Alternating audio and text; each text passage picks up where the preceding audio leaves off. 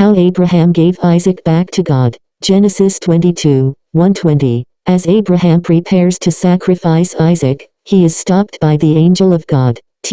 God's will that people show their love for him by what they do. You remember how God wished to have the first man and woman show their love for him. He planted in their garden home a test tree, the fruit of which he commanded them not to eat. And you remember also how they failed to obey his command, and so failed to show their love. Abraham always listened to God's voice and obeyed. He left his own people and his homeland to journey into a country that he did not know, because God called him. And in our last story he sent Ishmael and Hagar away because God told him to do as Sarah had said. Even when it did not seem easy to obey, Abraham was always ready to do God's bidding. After the baby Isaac came into Abraham's life, God saw that Abraham's love for the little boy was very strong, and the passing years increased this love, because Abraham knew that Isaac was the child God had promised, and he loved Isaac as a gift from God. He looked forward to the time when Isaac should become a man and should have children also,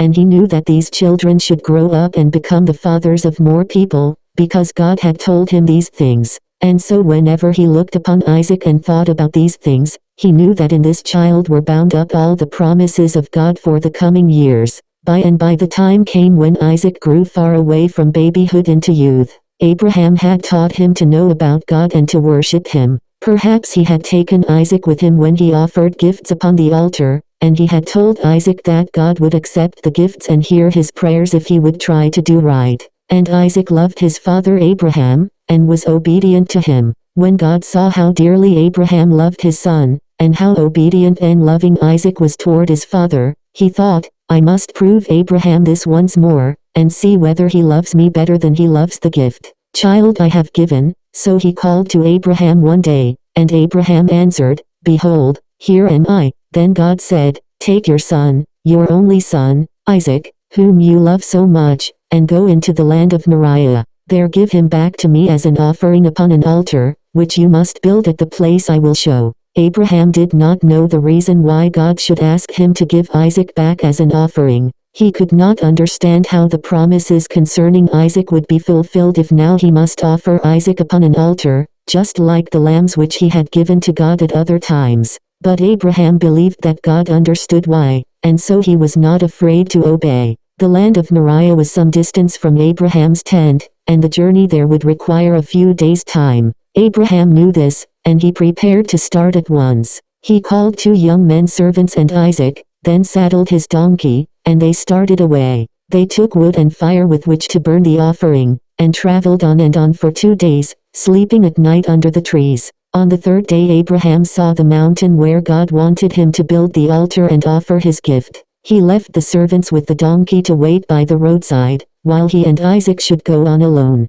Isaac carried the wood upon his shoulder, and Abraham took the vessel containing the fire. As they climbed the mountainside together, Isaac began to wonder why his father had forgotten to bring a lamb for an offering. He did not know what God had asked Abraham to give. He did not understand why they were going so far from home to build the altar. So he said, My father, see, here is wood and fire for the altar, but where is the lamb for an offering? Abraham replied, God will provide himself a lamb. When they reached the place God had appointed, Abraham built an altar, laid the wood upon it, and then bound Isaac's hands and feet and placed him upon the wood. Next he took his knife, and was about to kill Isaac when a loud voice called to him out of the sky, Abraham, Abraham. The old man stopped to listen, and the angel of God said to him, Do not harm Isaac. Now I know that you love God even better than you love your child. Untie his hands and his feet, and let him go. At this Abraham saw a ram caught by its horns in a thicket nearby. He took this animal and offered it instead of his son Isaac. Afterward the angel called to Abraham from the sky again, and said,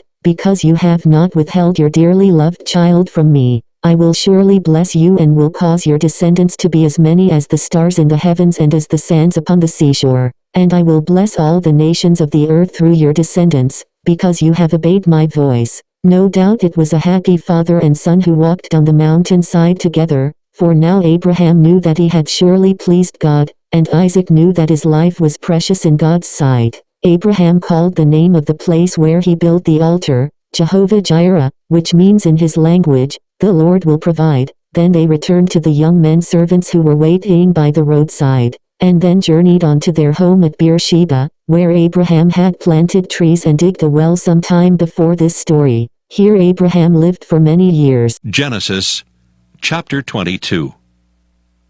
And it came to pass after these things that God did tempt Abraham, and said unto him, Abraham. And he said, Behold, here I am.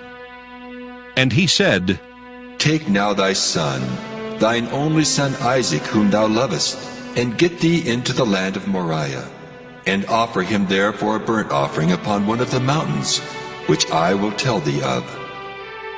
And Abraham rose up early in the morning, and saddled his ass, and took 2 of his young men with him, and Isaac his son, and clave the wood for the burnt offering, and rose up, and went unto the place of which God had told him. Then on the 3rd day Abraham lifted up his eyes, and saw the place afar off. And Abraham said unto his young men, Abide ye here with the ass, and I and the lad will go yonder and worship, and come again to you. And Abraham took the wood of the burnt offering, and laid it upon Isaac his son, and he took the fire in his hand, and a knife, and they went both of them together. And Isaac spake unto Abraham his father, and said, My father? And he said, Here am I, my son. And he said, Behold the fire and the wood, but where is the lamb for a burnt offering? And Abraham said, My son, God will provide himself a lamb for a burnt offering. So they went both of them together. And they came to the place which God had told him of. And Abraham built an altar there, and laid the wood in order, and bound Isaac his son, and laid him on the altar upon the wood. And Abraham stretched forth his hand, and took the knife to slay his son. And the angel of the Lord called unto him out of heaven, and said, Abraham, Abraham. And he said, Here am I. And he said, Lay not thine hand upon the lad, neither do thou anything unto him. For now I know that thou fearest God, seeing thou hast not withheld thy son, thine only son, from me.